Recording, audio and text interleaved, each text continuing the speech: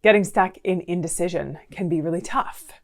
Whether it's about which coffee beverage you want to order off of the menu at your favorite coffee shop, or if it's about quitting your day job and starting your own business, or packing up everything and moving across the country or to another country, it's hard to know what the right decision is, especially when it's not clear.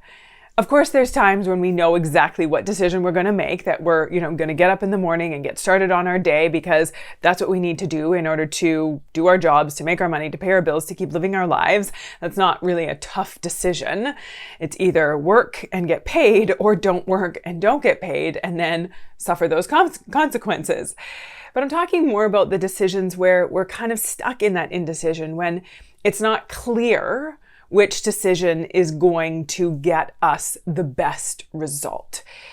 And so I want to talk today about getting stuck in indecision and give you some tips for helping you find it easier to make decisions, especially if you're someone who does get stuck in indecision, whether again, it's about the small things or those bigger life decision kind of stuff. If you're new here, welcome to our incredible little corner on the internet. Take a second and introduce yourself in the comment section below. If you're back again, it is always good to have you. If you haven't subscribed to the channel, you can do that with the button right down there. And then also, if you could hit the like button, that would be amazing, because that does help get this video in front of more people and brings more people into our community to learn these tools and techniques and strategies to change how we think and feel and show up. And that little action actually does make a big difference. So that would be amazing.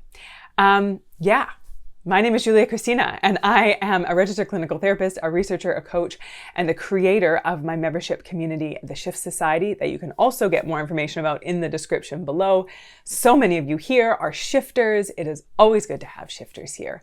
And come and have a conversation about this video in our Shift Society group, and come and talk about it. That's why we have that group there as well, so we can talk about this stuff and get into discussion.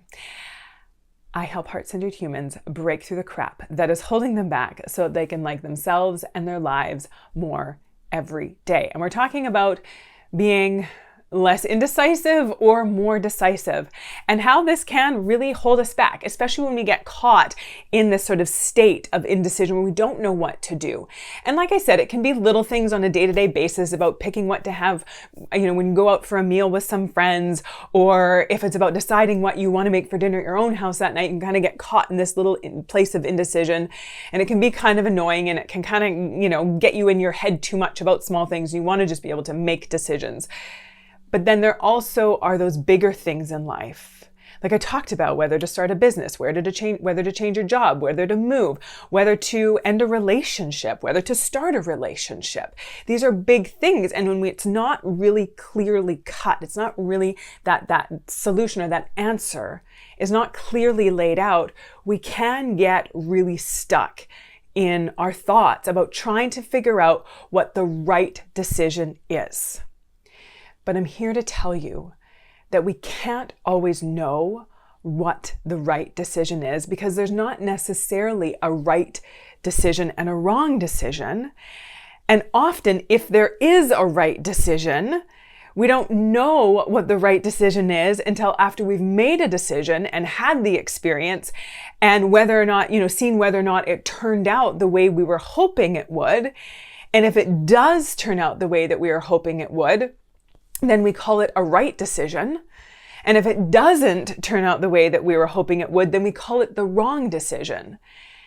And then we either congratulate ourselves for making the right decision, or we beat ourselves up for making the wrong decision, neither of which are totally fair, because we didn't know what the right or wrong decision was going to be before we made the decision, and it's only till afterwards where we had that result.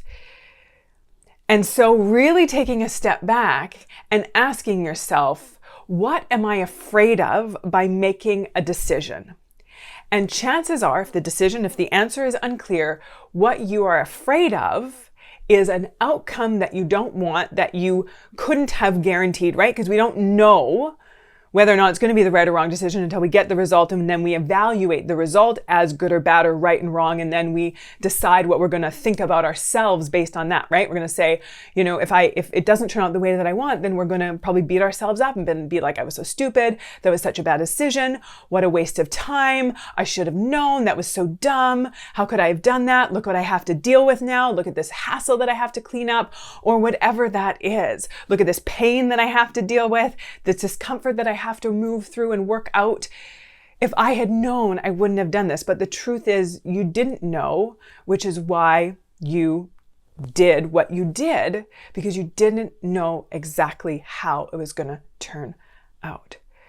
So what we need to do when it comes to getting stuck in indecision, especially with those bigger decisions, but again, it also applies to the smaller ones, and I'll talk about that more in a minute, is to start just sort of making a pact with ourselves that if it doesn't turn out the way that we want it to, that we're not going to be terrible to ourselves.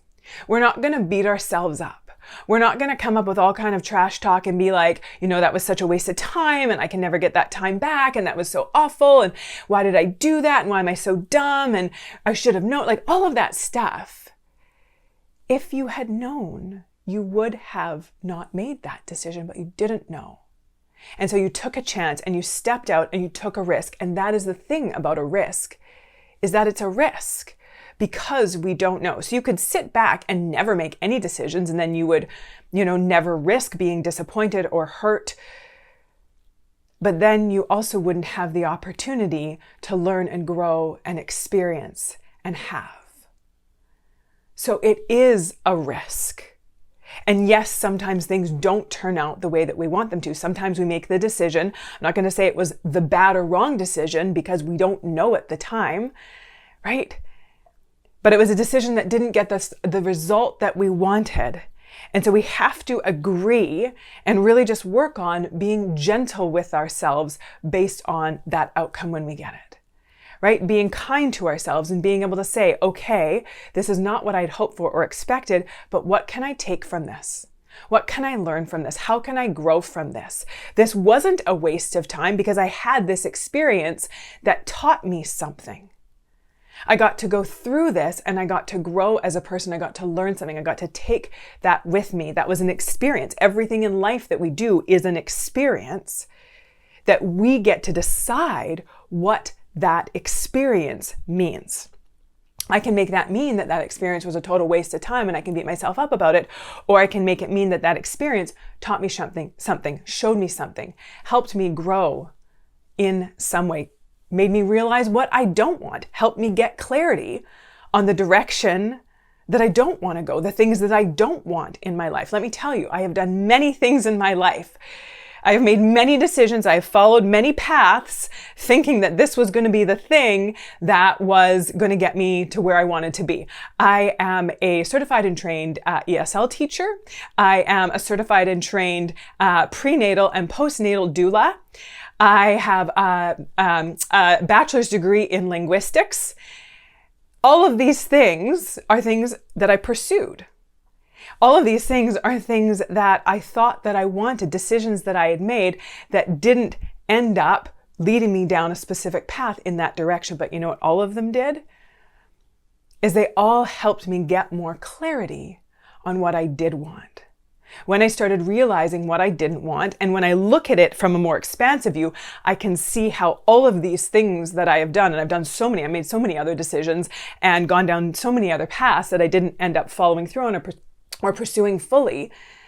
But I can see, if I look at the bigger picture, how each of those experiences have played in to what I'm doing now and who I am now and how I'm showing up now. And a lot of the clarity that I have for many things in my life now. So cut yourself a little bit of a break. When it comes to making decisions, agree to be kind to yourself, no matter the outcome. Now, another thing when it comes to making decisions is, we often kind of take a step back and we look at it and we're like, what's going to be the right decision? What's going to be the wrong decision? And that is not always the most effective question to ask yourself when it comes to trying to make a decision. A better question to ask yourself is, which of the choices has the reasons that I like best? This is specifically when there's not a clear-cut answer and you're kind of stuck there in limbo trying to figure out which way to go, which decision to make. Take a step back, look at each option. Look at your reasons why you would or wouldn't make either one of those decisions. And then look at those reasons and decide which of the reasons do you like best. Now, I'm not going to say that it's always going to be super clear cut, even if you do kind of find the reasons you like best, but it's going to make it easier. And then also look at the potential consequences. Look at what could happen if it doesn't turn out and decide whether or not you are willing to accept that risk. You might also want to think about what could happen. What are the potential and possibilities if everything goes right? If things do go according to plan, if you do make the move, if you do quit the job, if you do end the relationship or start the relationship, if you do start the farm. What could happen? What is possible from that? And being able to look at and evaluate how much you like that potential outcome. So look at the risk and decide that you're going to accept the risk. Look at the potential outcome and kind of sit in how wonderful it could be if it does turn out the way that you're hoping it will. And also just look at the reasons for each one and kind of evaluate which reasons resonate most with me, which ones are most in alignment with my values, with the things that are important to me, with how I work well, with what I want from my life, with the potential and possibility that could come from this. So instead of which one is the right and wrong, which reasons do I like best? Which possibilities am I most excited about? Which risks am I willing to undertake, to accept, if that happens? Another important thing when it comes to making big decisions, and you really don't know, and you really just don't feel like you have all the information you need or even all the experience that you need yet to make that decision, it's okay to put off the decision. You don't have to make the decision right away. You can decide not to decide, but I'm also going to recommend that you do decide not to decide right now instead of just sort of going around continuously in your head telling yourself you need to come to a decision, but you're not ready to come to a decision. So you just keep going here and there and everywhere and back and forth and kind of driving yourself crazy. Put a pin in it and say, you know what? I'm not ready to make this decision. Again, don't have all the experience, don't have all the information. It just doesn't feel right. Like it just feels forced, and I'm not going to force it. And believe me, for me personally, I have forced decisions before and I have regretted them. Most of the time when I force a decision, I regret it. But when I decide that I'm not going to decide and I say, you know what? I'm going to reevaluate in a month, or I'm going to reevaluate in 3 months, or I'm going to reevaluate, I'm going to table this. For now, I'm going to decide not to decide, and I'm going to just sort of go through life and see what experiences I have, what exposure I have, how I'm feeling, what's going on. And then I'm going to reevaluate in a month or 3 months or 6 months and see where I'm at that point and decide whether or not I want to decide then. If I feel it, if I just have more of that clarity and it doesn't feel forced. And then allowing yourself to do that. And the times where I've done that, where I've just been like, Julia, don't force it. You don't need to force it. Give yourself some time, give yourself some space. You will know. And for me, that's how I work a lot. I just sort of know when it's time to make that decision, when the pieces are in place and I'm like, yep, let's go with this. It doesn't feel forced. It might feel challenging. I might have to put in the effort. I might have to do the legwork, but I'm like, it doesn't feel forced. It just kind of feels like this natural progression. Or like I said, put a pin in it and then come back to it at a certain time. Put a date in the calendar and be like, today's the day I'm going to evaluate where I am at insofar as this decision, especially when it's a big decision. Now, I wouldn't recommend, going out for dinner with friends and like sitting there and being like, I don't know what to order. I'm going to come back in, a week and then maybe I'll decide. And for now, I'll just sit here and like stare at the candle or whatever that is. But when it comes to these bigger decisions, put a pin in it. It's okay to come back to it. No one can tell you you have to decide now, unless, again, it's time sensitive and a decision needs to be made. But yeah, then you might want to go into just sort of really evaluating the reasons and really kind of figuring out what makes the most sense for right now. And you're also allowed to say, you know what? I'm not ready to make this decision. I can't make this decision. I'm going to have to put it off for now and come back to it later. You're also allowed to say that. Again, depending on the situation, there's going to be space for that. And oftentimes there is a lot more space for that than we think. We think that someone's putting pressure on us, so we have to make a decision now, instead of just being like, well, that's okay. That's their timeline. That's not my timeline. And it's my decision. So I'm going to allow myself to expand my timeline. And again, of course, there are times where you do have to make a specific decision by a specific time. There's people, relying on you, or it just needs to happen in a certain way. And then again, going back and looking at your reasons and kind of doing the best you can, and then agreeing that you're not going to beat yourself up if it doesn't turn out exactly how you want it to. When it comes to smaller decisions, my biggest mantra is, it doesn't freaking matter. When it comes to ordering a drink at a coffee shop or a meal at a restaurant, if this coffee, whatever coffee I decide to get, doesn't fulfill all of my ideas and expectations for the perfect coffee in this moment, and I feel disappointed by it, it doesn't matter. I'm going to have another opportunity for another coffee, and I can choose differently next time. Or if it comes to, going to a restaurant and trying to deciding you want something from the menu and not knowing if it's exactly what you want, you get it and you're like, oh, this isn't exactly what I wanted and it's not that great. It doesn't freaking matter. You will have another opportunity to have another meal at another point. For right now, it's fuel, it's sustenance, it's going to kind of keep you going, it's going to keep your body moving and your brain moving, and it's going to serve its purpose as its fuel. And so just let it be that, instead of letting it throw you off and kind of ruin your whole night by being like, oh, I shouldn't have got this, I should have gotten something else. And I know they sound like little things, but I know that there are many of you who do this, because I used to do it. I used to get so disappointed and it would throw me off if I made a decision in just like a small thing, like a meal out with friends, and not loving it, and not it being the perfect culinary experience of the night. And seeing something someone else had and being like, oh, I should have gotten that. And then being, visibly irritated for the rest of the night, and how much mental drama I would create for myself out of something so insignificant, instead of just being like, Julia, it doesn't matter. It's food. You're going to have other opportunities to eat. This is not going to make or break, but it is going to put a hitch in your night if you let it. So just eat it and keep moving on with your life. Have a good time. Lighten up. So decisions. It becomes easier to make decisions, both big ones and small ones, when we just learn to trust ourselves, when we know that we are going to catch and never kick ourselves if we fall. And learning to trust ourselves is something that all of us could do more of and do better. And I have a guide for you. It's called The Simple Steps to Self-Trust. It's in the description below.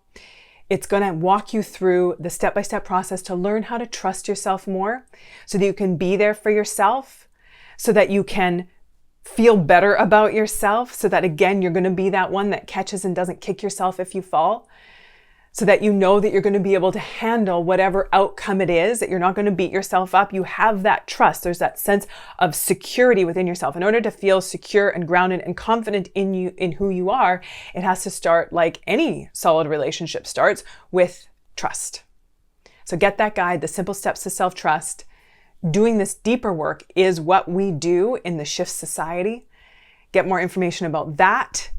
It's my membership community where people are doing this work at a deep level, being supported and held accountable, and given the tools and strategies, specific step-by-step tools and strategies to learn how to manage your mind and emotions, no matter whatever or whoever is happening around you.